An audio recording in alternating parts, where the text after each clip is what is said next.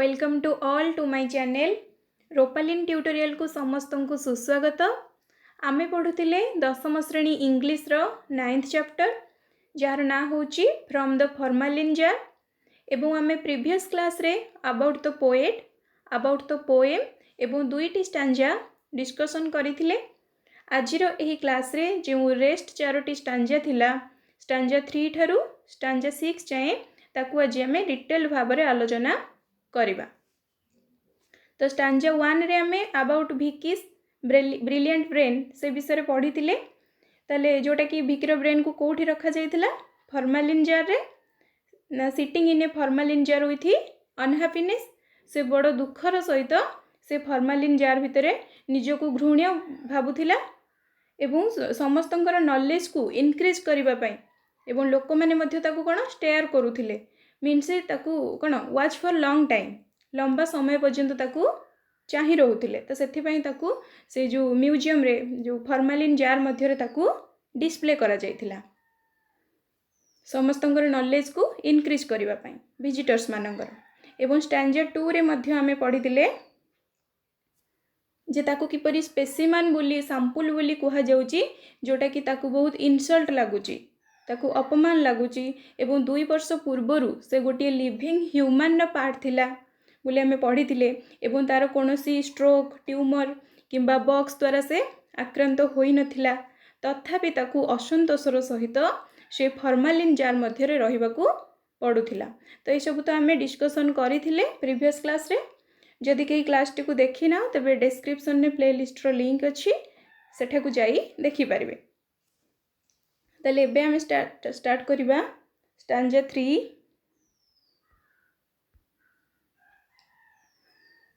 Vicky was a young boy, smart and sane, full of life and vigor, sun, wind or rain. Computers and maths were his domain. His motto in life was no pain, no gain.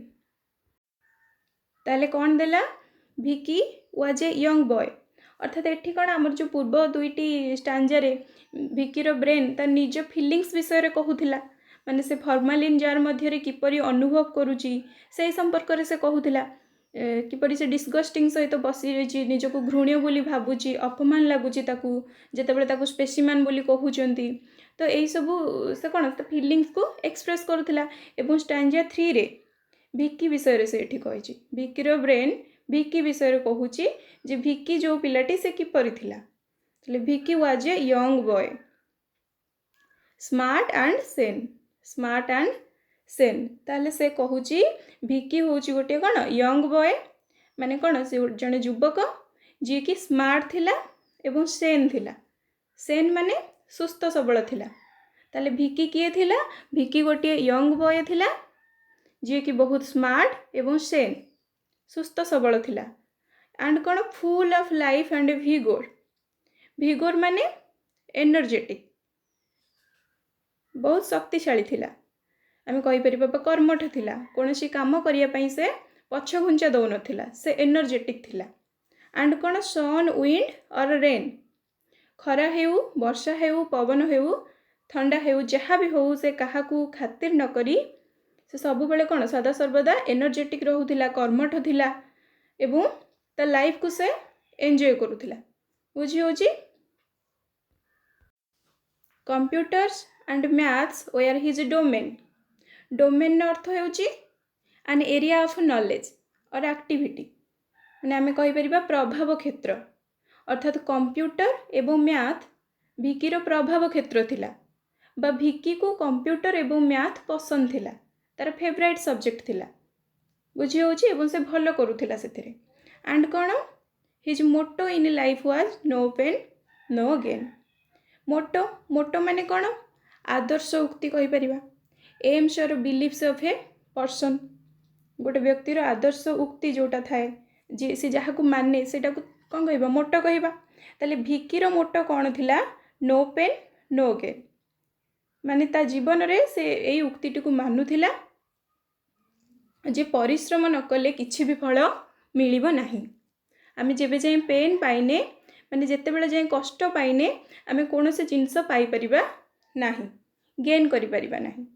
ताले no pain no gain बोली से कहूला से एते कर्मठ थिला जे खरा हेउ वर्षा हेउ पवन हेउ जहाँ भी हेउ से कहा को खातिर न करी तार ड्यूटी से करी चलुथिला एवं से सुस्थ सबल थिला सेन थिला स्मार्ट थिला यंग थिला बुझी होची एवं से कौन कहूला नो पेन नो गेन ताले एई भली पिला से थिला। So in the third stanza the brain goes on to tell about Vicky who was a smart and handsome young boy. He was full of energy and his favorite subject is computers and maths. He was very hardworking and believed in the saying no pain no gain.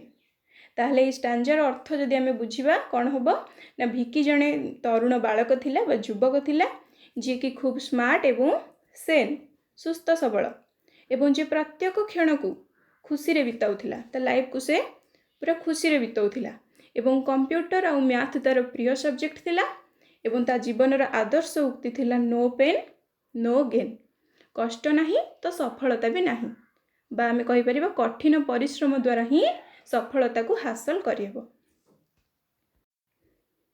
Next आमे देखिबा fourth stanza.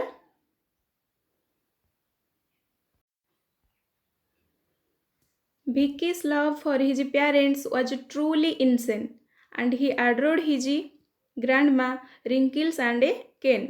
In college, when he stole a glance at Lauren, why his heart went thud only I could explain.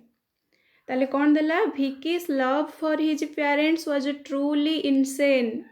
Insane means excessive अत्यधिक।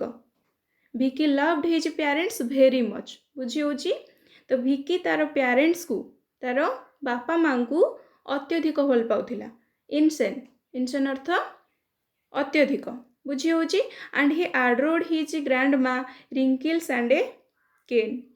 adored अतिशय स्नेह करिबा बा अतिशय भल पाइबा लव्ड वेरी मच आमे कहि परिबा ताले adored से तार जो ग्रैंड माँ को तार जेजे माँ को से बहुत भल पाउथिला बहुत स्नेह करुथिला सम्मान दउथिला।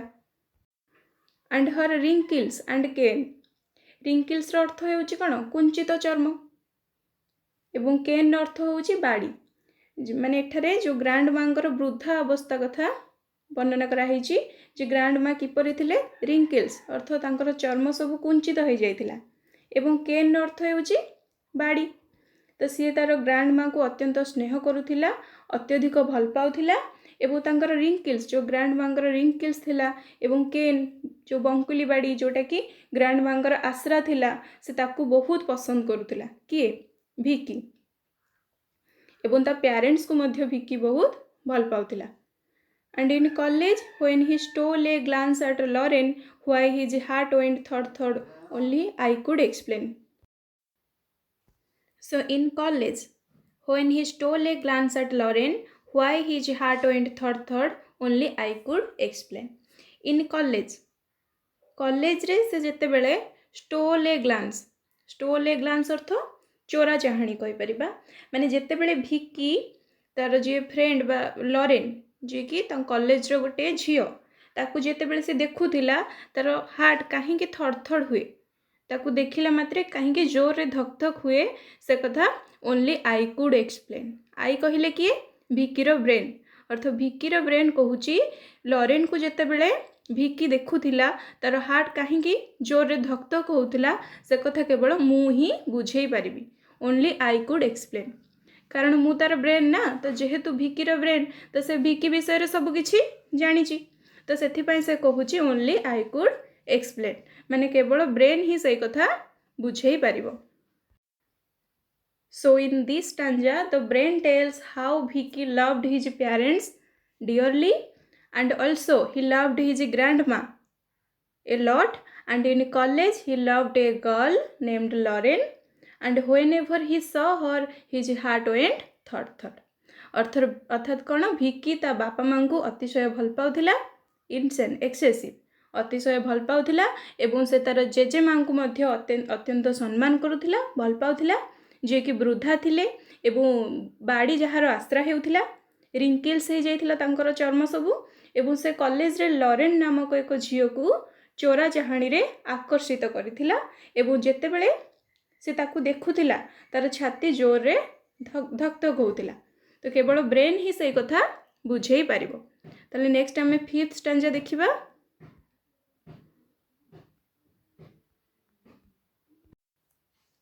On a wet monsoon day for a task mundane, Vicky rode his bike to his friend in the next lane. अर्थात कौन गोटे दिन वेट मुनसुन डे रे, वेट माने ओदा, मुनसुन डे माने वर्षा दिन एवं मुंडान अर्थ कौन गोटे साधारण कार्य ऑर्डिनरी बा नॉट इम्पोर्टेंट कहि परिबा, किछि स्पेशल काम नुहे, गोटे नॉर्मल काम पई गोटे साधारण कार्य पई गोटे मुनसुन डे रे ओदालिया वर्षा दिन रे विक्की कौन कला, Vicky rode his bike to his friend in the next lane. Vicky तार बाइक को राइड कला माने कौन बाइक धरिकी बाहरिला, कुआडे बाहरिला, टू हिज फ्रेंड ता फ्रेंड पाखक बाहरिला, इन द नेक्स्ट लेन जी कि निकटवर्ती गली रे रहुथिला, बुझी होची। And for once from wearing his helmet he did refrain, god he met with an accident gory and inhuman.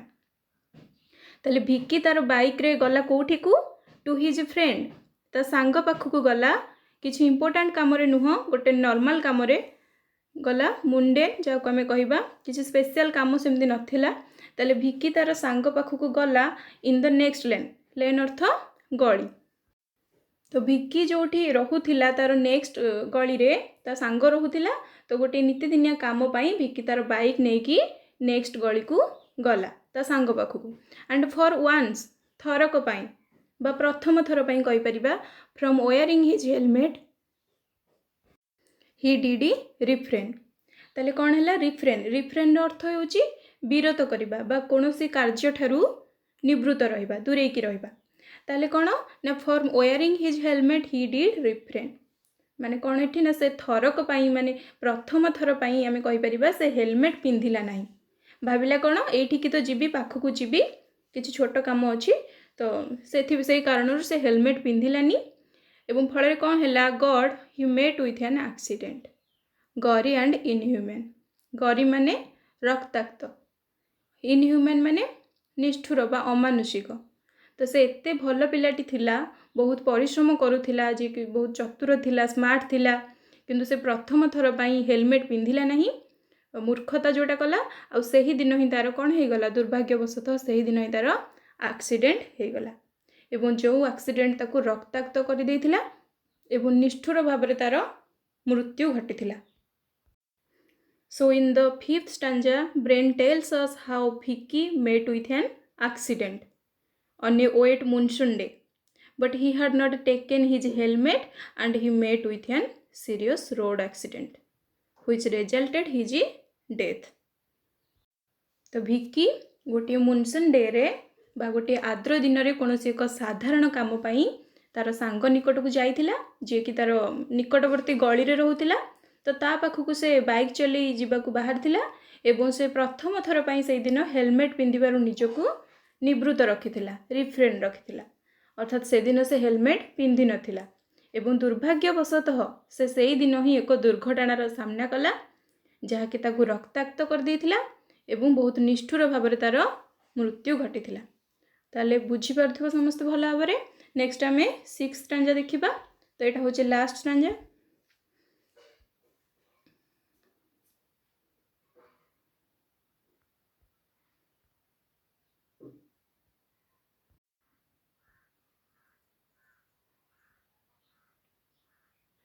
All it took was a stray moment in a young life lost, a family crossed with pain। सामान्य मूर्खता कारणरू आमे कहि परिबा गोटे मुहूर्तर गोटे मुहूर्तर गोटे छोट भूल पाई, मूर्खता पाई, स्टुपिडनेस पाई से कौन है ता परिवार ठारू दूरेई जाइथिला। ए यंग लाइफ लॉस्ट गोटे जीवन चली जाइथिला, a family crossed with pain गोटे फैमिली अर्थात तार परिवार दुखरे भांगी पड़ते बा एक यौवन दीप्त जीवन अंत घटी, अर्थात से मृत्युवरण कला एवं तार परिवार जंत्रणा भोग कले।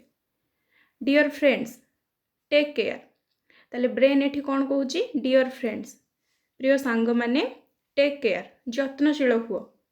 रिस्की ड्राइविंग विपज्जनक गाड़ी चालना कैन बी वेन कौन हो पारे सर्वनाशर कारण हो पारे बुझी होची ताले विपज्जनक गाड़ी चलना सर्वनाशर कारण हो पारे बोली ब्रेन कहूची एवं आउ कौन कहूची ड्राइव सेफ सुरक्षित भाव में गाड़ी चलना कर drive safe let your precious life not be in vain तुमर जो मूल्यवान जीवन प्रेशियस लाइफ से जीवनटी वृथा न हो धूलिसात न हो ताले बुझी होची भल भाव में So in the last stanza, the brain tells how a moment of a simple carelessness cost Vicky his precious life. It affected his family. So the brain request all to be careful while driving because this human life is very precious. I hope poem T को समस्ते भल भाव में बुझी पार्थिबो एवं एठारे हमको कौन शिक्षा मिलुची The poem teaches a lesson that age, fame, beauty, strength or wisdom becomes meaningless unless a person is careful about his safety. तो एथिरो हमको एया शिक्षा मिलुची जे जनकर एज माने बयस फाम ख्याति ब्यूटी सौंदर्य एवं शक्ति जोटा आम कहे स्ट्रेंथ एवं नॉलेज ज्ञान तो जनकर बयस ख्याति सौंदर्य शक्ति एवं ज्ञान सबकि अर्थहीन हो जाए मीनिंगलेस हो जदि जड़े निजर सुरक्षा प्रति ध्यान न देव थैंक यू।